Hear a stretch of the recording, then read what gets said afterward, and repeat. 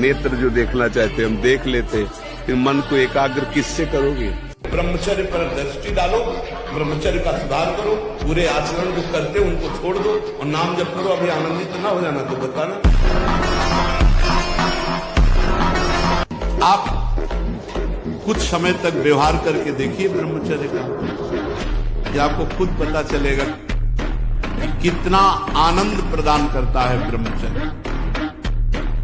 ब्रह्मचारी को विषय भोग जहर है ऐसा मानना चाहिए। जैसे कितनी भी सुंदर खीर हो, वो कोई हमारे कान में आकर विश्वसनीय कह दे इसमें जहर पड़ा है, हम बिल्कुल नहीं खाएंगे। हमारे शास्त्र कह रहे हैं, महर्षि जन कह रहे हैं कि ये विषय भोग जहर है, महान विषय, ये पूरे जीवन को नष्ट कर देता है। आप किसी भी तरह अपने ब्रह्मचर्य के नाम में भोग नहीं करना चाहिए। सोचो भैया, ब्रह्मचारी को बाल भोग नहीं करना, 10 से 1 के बीच में और 8 बजे तक शाम के भोज, इतने में मर थोड़ी जाओगे। अरे यार, कई दिन भोजन नहीं मिला है, कई दिन गंगा का किनारा है, गांव जाने का स्वभाव नहीं था, बस आकाशवृत्ति का सहारा था। कि अगर आप बाल भोग नहीं करोगे तो आप क्या परेशानी हो जाएगी? 10-11 वो तो मिलेगा ही आपको। हमारे तो जीवन में था कि पता नहीं कब मिलेगा, कहाँ मिलेगा, कोई भरोसा नहीं। कभी इतना गुड़ कोई दे दिया, कभी वो जो गंगा किनारे बारी लगाते हैं, वो हे बाबा 2 परेठा लोगे, भगवान दिए ऐसे मान के गंगा जी ने पूरा पा लिया। बड़ा आपको तो निश्चित है कि मन से, वचन से और शरीर से, तीनों से ब्रह्मचर्य होता है। मन का ब्रह्मचर्य, विषयों का चिंतन ना करें, यहीं से नाश प्रारंभ होता है, पतन यहीं से होता है।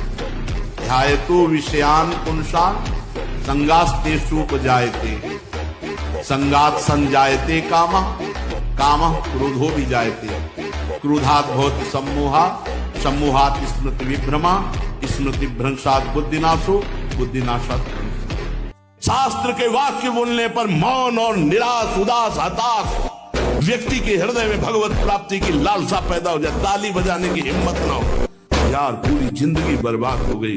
आज महात्मा के वचन सुनकर हमारे हृदय में विवेक जागृत हुआ। आज से भजन में लगूंगा, अबलो नसानी अबना नसे।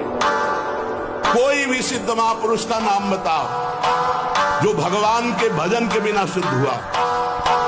गुरुवाणी जी ललकार करके जो 10 गुरु हुए, सब नाम पे हमारे सनातन धर्म के जितने भी सिद्ध महापुरुष हुए, सब नाम से, कबीरदास जी, धन्ना जाट जी, रामानंद सिंह, जितने भी महापुरुष सब भगवान के नाम। राधे राधे महाराज जी। महाराज जी, पिछले 2-3 वर्षों से लोगों से धोखा मिला और भरोसा उठ गया। ये मुझे जन्मों से मिलता चला रहा है, समझ नहीं पा रहे। जन्मों से मिलता चला रहा है, लोगों से क्या अपना मन धोखा दे रहा है, इंद्रियां धोखा दे रही, देख पा रहे हो?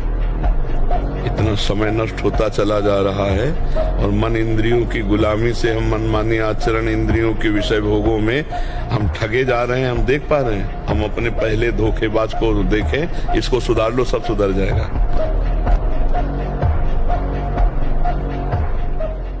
ये योद्धाओं का काम है कि जैसे हजारों घाव लगे फिर भी दुश्मन की तरफ बढ़ता चला जाए, ऐसे लक्ष्य की तरफ बढ़ता चला जाए। हर कष्ट, हर बात में हम अविनाशी हैं, अविनाशी के बच्चा है, भगवान का अंश हूं। फिर आगे बढ़ो। जीवन में जब तुम्हें समय मिले तब लगा के देखना 6 घंटे एक जगह स्थिति, फिर हमें बताना कि योग किसे कहते हैं। 10 मिनट एक जगह नहीं टिक पाएंगे। 10 मिनट तो बहुत होते हैं। मान लो राम, तो अब दूसरा स्फुरित नहीं होगा, 10 मिनट केवल राम ही स्फुरित होगा। और इसके लिए अपने लोगों ने पूरी रात लड़ाई लड़ी, न खाना न पीना, ऐसे खंडहरों में, काशी के घाटों में रहना जहाँ केवल कबूतरों की आवाज आ रही, मनुष्य वहां जाएंगे ही नहीं। तब वो दिमाग में पूरा बस गया, राउंड एकदम, जैसे वो जो चीज तो वही चल रही। तो कई दिन जब भूख से व्याकुल चित्त होता, उसी समय मंत्रा का, तू देह नहीं है, ये प्राणों का धर्म है, भूख प्यास, तेरा धर्म नहीं, तू इनका साक्षी है।